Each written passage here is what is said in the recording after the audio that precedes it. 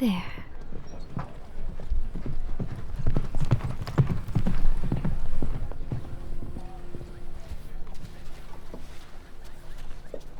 Good evening, Squire. I'm here to see to your knight's injuries.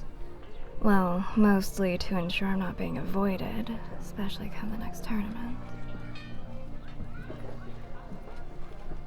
Don't question me. We're adversaries, not opposing sides of a war. Let me in.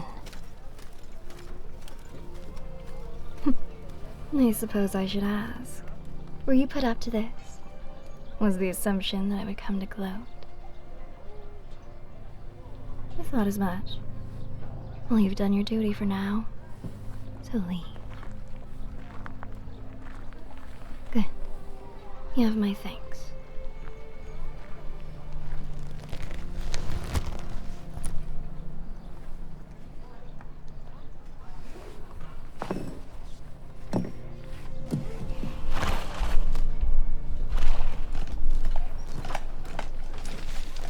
Good evening. I'm here to see the wondrous Knight of Fools. I'd imagine said knight is present and there, sulking, perhaps brooding, licking wounds, feeling humiliated. Thanks.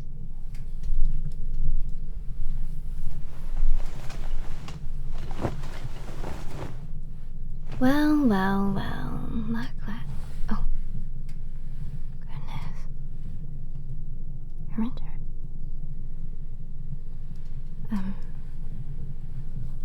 Sorry.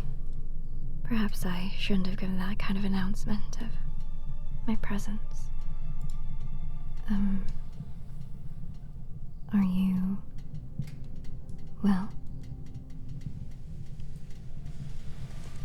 I suppose that's quite fair to say. You know, I admit I was so distracted by our sharp banter, I didn't really have the mind to consider the consequences of a ruthless strike. I mean, either which way, it isn't my fault. You know full well I have a devastating lance. Foolish. Fool.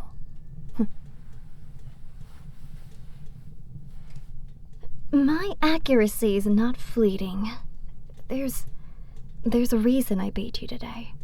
And the fact that you've defeated me before isn't evidence for you to brazenly accept my strike as if I would miss and...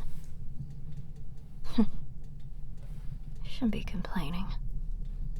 After all, I won the tournament. You're the one who's injured.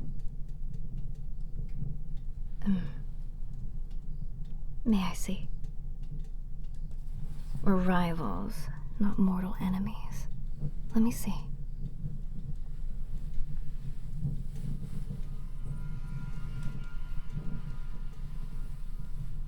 The bruising is substantial. You act as if there's nary a blemish, and yet your flesh is marred. If you don't take proper care of this, you won't have a chance to defeat me at the next tournament. All right. Perhaps having you on the lists next to me helps with my entertainment. Perhaps tournaments without you are boring.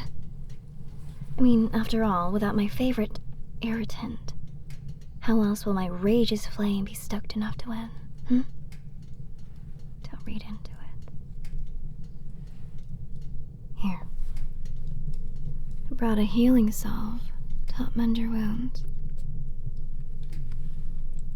Well, we may have been at ends. You know very well I'm not a knave. So stop fussing and let me help. Good. At least the blow didn't destroy your wits.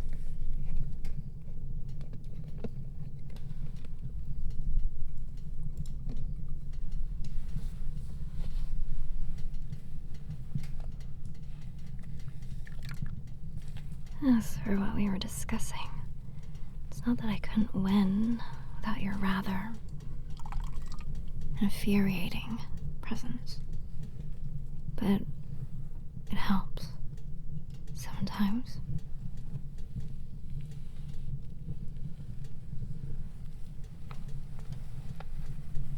Are you going to say that my sharp tongue hasn't spurred your competitive spirit from time to time?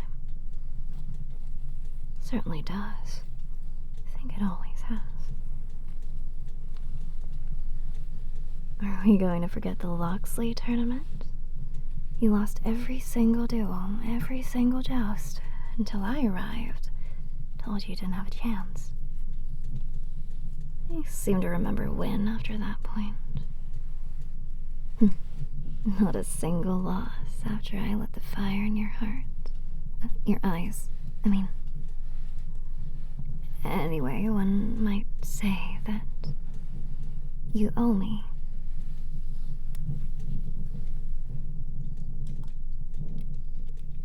And now, you owe me even more. Here, drink.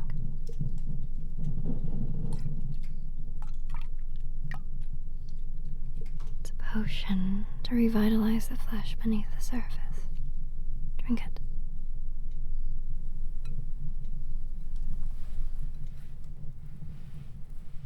Even now, you deny that our opposing bond forces you to thrive. Perhaps I should remind you of Gilderland. Remember that time? I sent you an insult via rose-scented letter. You were very furious. You thought it was from a lovely maiden who sought after your heart. Instead, it was me. What was it I wrote? Oh, yes, I remember. Oh, dearest knight, your lance is as strong as mud in the rain, your sword swift as a turtle stroll. You are not but a sad excuse for a metal trow, as even the pigs would avoid feeding upon you. I mean, were my words not affectionate? Did they not light a fire in your heart? I mean, eyes? Well, don't look upon me as a villain. You did win that tournament, I believe. Who was it you beat? The mighty Sir William, I think? Well, I was very proud to be the reason your hatred drove you mad. I'm not cruel. You know, you're no angel either. What was it you would do? Send rotted bouquets to my tent. Told the Lady of I smelled of elderberries. Do you have any idea how long that rumor stuck? Should deepen the bruise I caused right now for you even mentioning that. No, I shan't. I'm a wonderful lady of proper manners. What? Must I remind you, I've always been kind. It's you who started this rivalry. You know, I'm surprised you haven't told your squires to pull me from your tent, but maybe it's because you miss my devilry. Yes, I'm very aware last year you spread the rumor I worship devils.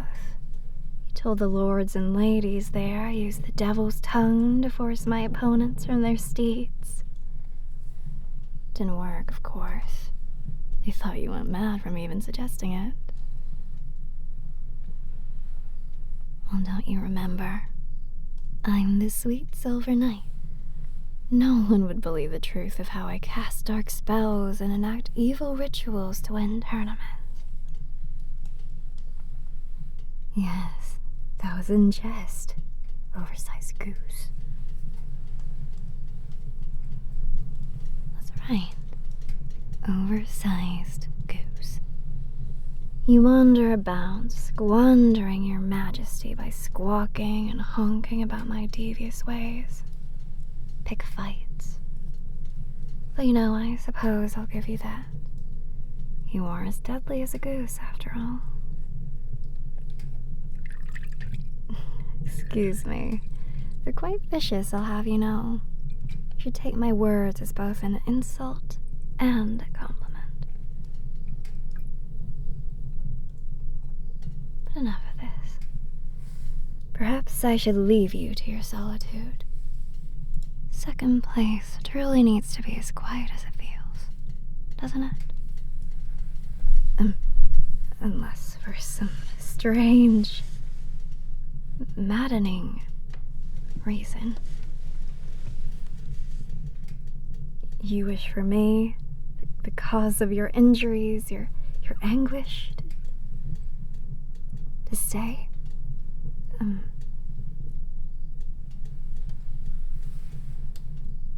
Quitting. What do you mean you're quitting? A knight doesn't quit tournaments, competitions, anything. You said it yourself long ago. A knight always holds on.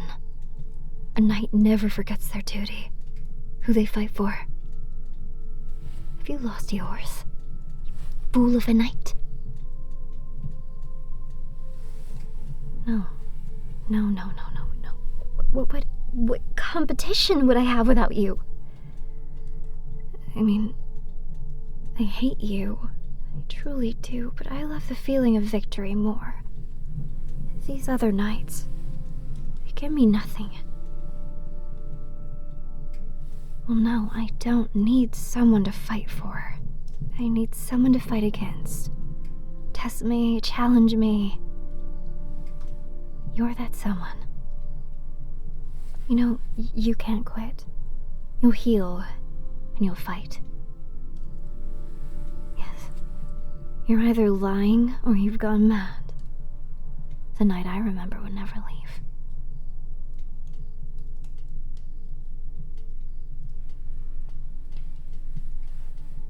Well, I do wonder sometimes how our rivalry grew so entwined and bitter. After all, I never really did figure out why you saw me as a monster all those years ago, aside from the obvious. Which you do remember, right? I haven't forgotten. It's part of the reason why you and I are not betrothed to anyone. It's why we're lone knights, entering these tournaments, attempting to win the hearts of lords and ladies that watch us throw ourselves into harm's way. To think our parents attempted to have us arranged to marry all those years ago. And they gave up finally after I cut loose. What was it again?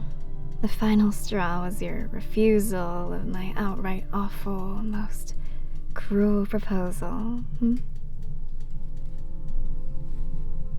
I remember insults, vicious remarks about your family, several words about every piece of your being. One doesn't forget about those types of things. That's why you needed to defeat me in our first tournament, years later. You called me many things that day. I would say it gave you the first victory of our rivalry, but we both know that's a lie. Oh yes, the first victory was my own ploy to rid myself of an arranged marriage. The fact that you don't know says enough. I didn't really mean a word of what I said back then, other than that you were a fool to consider marrying me when we were both so young. I overheard your parents speaking on your behalf to my own. What would pull someone to do something so silly? A girl so ignorant, so brash. She's not a lady. And so I rid myself of the idea of marriage to you. I didn't want to be insulted by someone I favored, nor their family. Surprised? Yes, perhaps I did favor you. But, I mean, those times are long past. You've done a lot to bristle my view towards you. And I don't know if that'll change. Is this all helpful? How do you feel? worse. Well, this had better be good. Well, if my soul was wasted on you, I wouldn't forgive myself for using up my materials.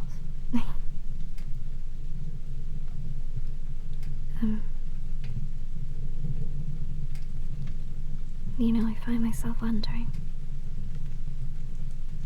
if you still harbor those feelings of dread towards me. Certainly don't think I'm a lady. You never did. Please. I've heard the words from your own mouth.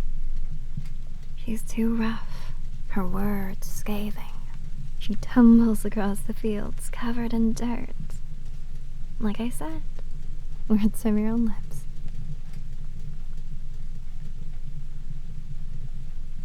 Well, don't pretend you didn't say them.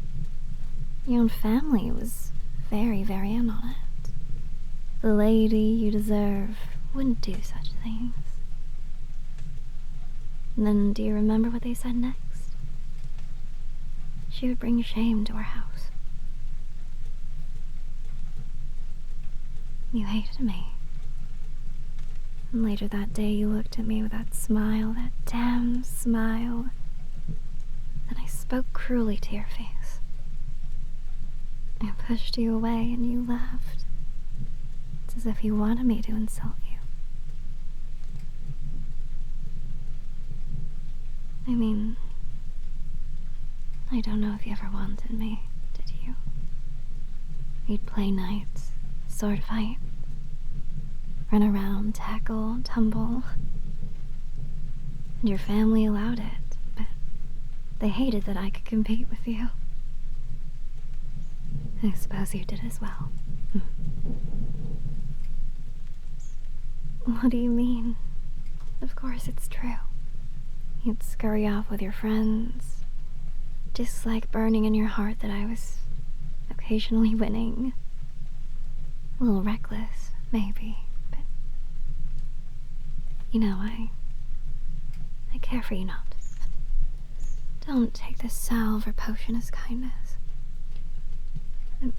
Like I said, my help has only been to speed your recovery, so I could perhaps defeat you again. Not because I care or anything.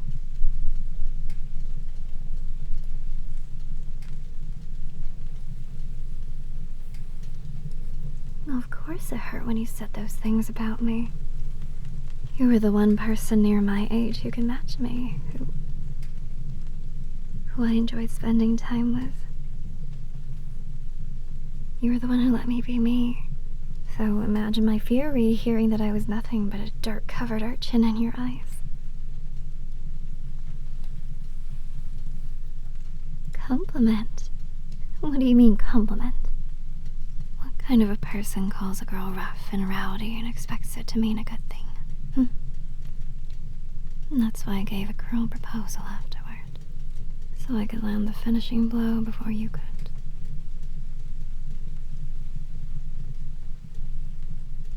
All I wanted was to be yours back then. Yours to fight with, train with. It's truly embarrassing. I imagined maybe one day we could compete as a couple, conquering all the lists and tournaments. Mostly with me winning, of course, but I would allow one win here and there for you. I was a kind girl. Now, not so much. Now that I think about it, that in part did become true. Most tournaments I compete in feature you or I, so without the couple part. Just slow nights, destined to be independent, I suppose.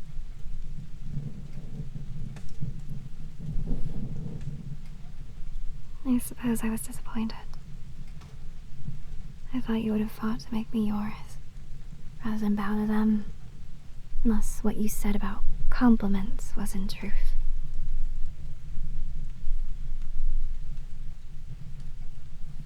What do you mean by that? That I didn't want to be yours? Well, why wouldn't I? We actually enjoyed each other's company. And maybe when I was young and couldn't really regulate my emotions, I suppose I did at one point yell at my parents for chaining me to a fool. But if it had to be anyone, I wanted it to be you. Then you smiled. Why? Oh. I was in pain. My best friend accepted their own parents' judgment, and you smiled while I was all sad.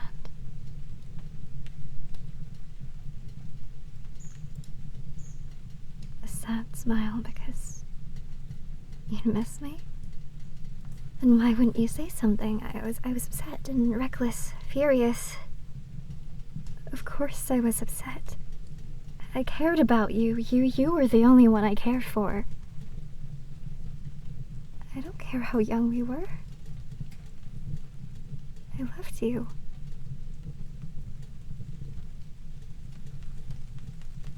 I loved you. We were children, but I knew then.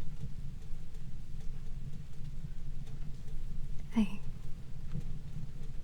still know it now.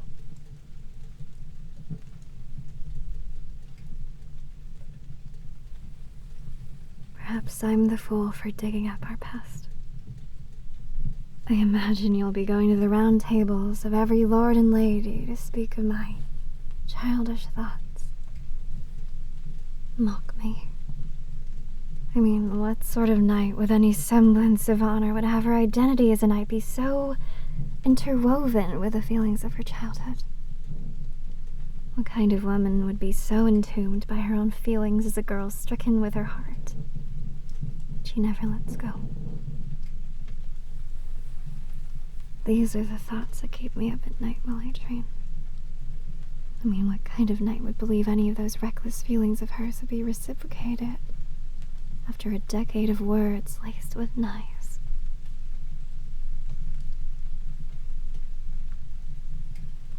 I mean, our competition made us better, stronger. Not sure if I would have really wanted a union back then. Would have been too early, maybe. Maybe we needed to grow. But still, my thoughts wander into the past, knocking at the door of what could have been. Those days are long gone, aren't they? I'm sure you seek the roses of tournaments, pretty dresses, flawless faces of delicate ladies. I know your type. I've watched your words, your language, your movements. I see those you take an interest in when you think I can't see. And I simply know that they're not me. Oh, I'm not brimming with envy. Jealousy of victories you gain, perhaps. But that only spurs me to become more. I don't want the hands you kiss or the nobles that lure you in. They're not what I prefer. I prefer someone who challenges me, not someone who treats me like a delicate flower. I need someone who has me fight with them, not someone who pushes me behind and begs me to run. I need someone that will entwine and rise with me until we cannot be stopped. I need someone that will bring all their might to bear against me, but will cheer when I defeat them. Just as I would scream in support of them when they knock me to the ground in the arena. I need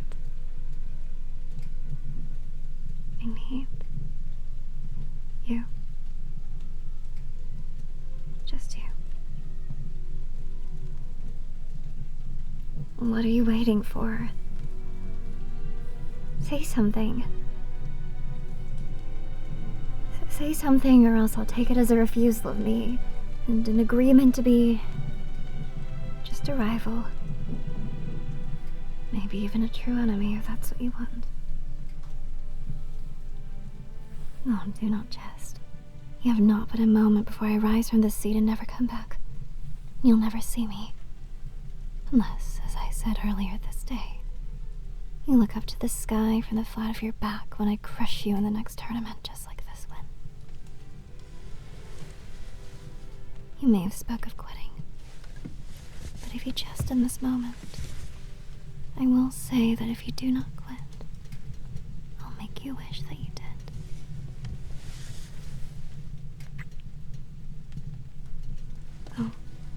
Oh, not flustered. You're flustered.